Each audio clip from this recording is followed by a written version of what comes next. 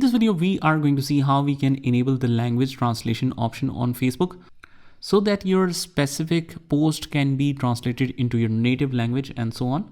Here's how you can do it. So what you need to do is just click on the profile on the top right hand corner and click on settings and privacy and click on settings again. And on the left hand side, we can see this language and region option. Click on that.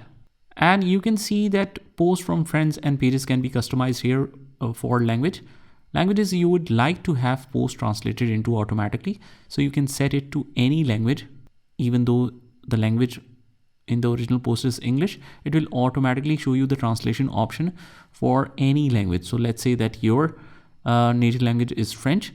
So as soon as you post anything, you should be able to translate that post into other language. That means all the posts will be multilinguistic.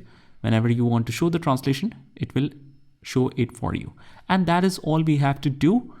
I hope you found this video helpful, and if you did, hit the like button and subscribe to our channel, and I will see you in the next one.